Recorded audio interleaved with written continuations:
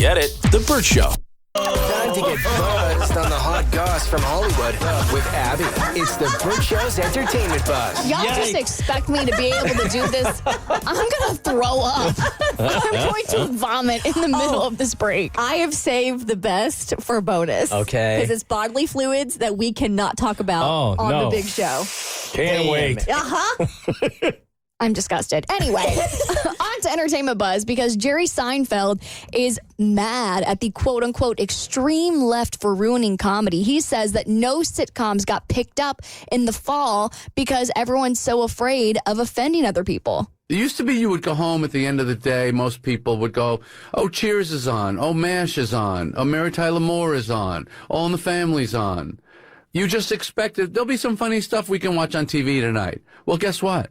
Where is it? This is the result of the extreme left and PC crap and people worrying so much about offending other people. Mm-hmm. When you write a script and it goes into 4 or 5 different hands, committees, groups, here's our thought about this joke, well, that's the end of your comedy.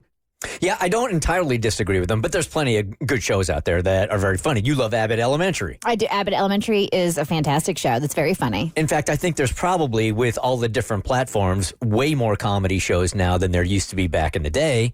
But I do think that the line has changed. And I know from just doing what we do, the PC-ness of it all, it's kind of maddening sometimes. Yeah, I mean, I did see some. I didn't watch Seinfeld because it was a little bit before my time, but I have seen some clips on TikTok, and I will say some of those jokes, if they went out today, ooh, they'd be canceled so fast. He did say that the one part of comedy he feels like he has a lot of hope in is stand-up, because when it comes to, you know, having 5 or 6 people look at a joke and clean it up a little bit too much, it becomes boring after that, because then it's too politically correct. But when you have stand-up, the audience can kind of tell you where the line is, and then you can be like, okay, that was too far. Britney Spears, this is a little concerning. Apparently there are sources from Britney Spears' camp that says she is going off the rails. She's in danger of going broke because apparently she's spending too much. And a mental health expert thinks that she should be under another conservatorship and be forced to take medication. This is very concerning. So these sources say that she's doing worse than ever.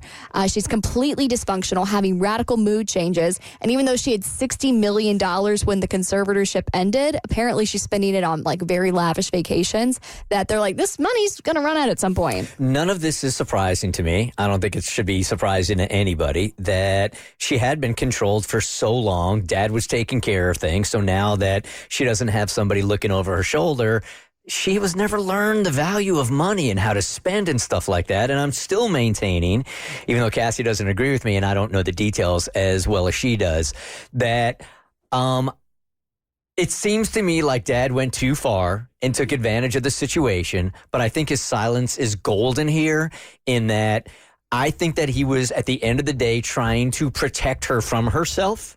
And won't come out and say that, because a good parent would not say that publicly. Now, you have pointed out he took it too far and probably took advantage of the situation, maybe even ripped her off for some cash. And I think if you've, again, going into this, knowing that it's one side of the story, read Britney's bio, and I had heard this before too, of his alleged alcoholism all throughout her childhood and all the other drama and trauma.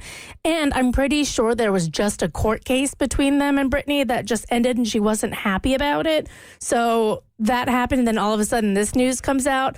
I don't read into some random like mental health expert saying this. It makes me feel like it's a slander against her.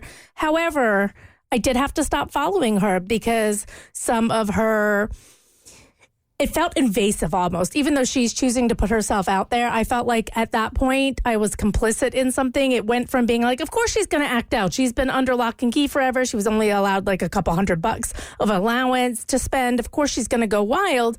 And then it became too much. And I was like, all right, I think the pendulum has swung too far in the other direction, in my personal non-medical opinion. And I don't feel comfortable watching this unfold anymore, because this is clearly someone's personal trauma that's playing out in a public sphere, even though she's choosing to put it there. Yeah, I as somebody who still follows her, and seeing her post, they're concerning. I mean, mainly because the captions are just so nonsensical.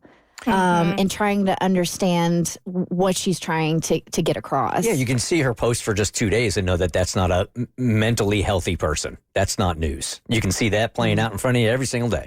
So is it just the captions that you find concerning, or is she posting like those weird dance videos that I know she's really fond of? No, I mean it's a lot of the dance videos, and it's not even the dances. It's just. Man, it's hard to put your finger on it, but you know how you just kind of like get a gut instinct or a feeling about something, and you're like, this person is obviously going through something, and I don't think they have the proper people around them to help them get through it. It's just a tragedy all the way around. All right, for more stories, head to the Bert Show podcast on your favorite listening platform. Get it? The Bert Show.